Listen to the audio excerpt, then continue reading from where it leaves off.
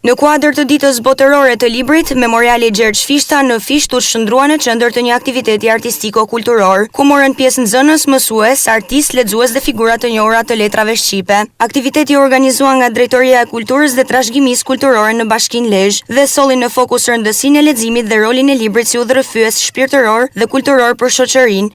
Aktiviteti i cili shërben më së miri besoj përqimit drejt brezave të ri të gjithë figurës Fishtës dhe gjithë përpjekjeve të tij për të ndriçuar më së miri çështjen kombëtare, për sa i përket edhe përvesimit në nivel jo thjesht kombëtar, por edhe për masave kombëtare dhe në nivel ndërkombëtar. Kështu që është një ndër aktivitetet e shumta që Bashkia Lezhë dhe Drejtoria e Kulturës zhvillon. Është një ditë e veçantë, një ditë që nuk festohet me zhurmë, por me reflektim. Një ditë që nuk kërkon festime të mëdha, por një moment të qetë me një libër në dorë. Sot, në ditën botërore të librit, një fest për ata që besojnë në fuqinë e fjalës së shkruar, për ata që udhtojnë përmes faqeve të librave drejt botëve të reja të panjohura, ndonjëherë dhe magjike. Libri nuk është thjesht një send.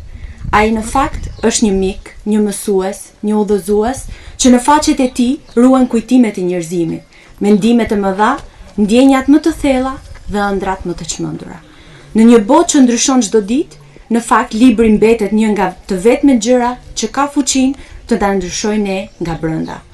Të lexosh një libër është si të hapësh një derë të një bote tjetër. Një faqe e vetme mund të ndezë një ide, një kapitull mund të ndezë dhe frymëzojë një ëndër, dhe një histori mund të ndryshojë edhe një jetë. Dhe ky është thelbi i magjisë së librit, ndikimi që ai ka në mendjen dhe në shpirtin tonë. Ndaj, dua t'ju them lexoni gjithmonë dhe mos ta përdorim librin thjesht si një send që duhet ta mësojmë në shkollë, të shkojmë përtej kësaj, ta mendojmë si diçka të vlefshme që na vlej gjithë jetën. Gjatë aktivitetit u prezantua dhe vepra e plotë Ndre Mjedës, një botim i fundit nga botimet Fishta, duke i shtuar kësaj dite një vlerë të veçantë letrare dhe historike.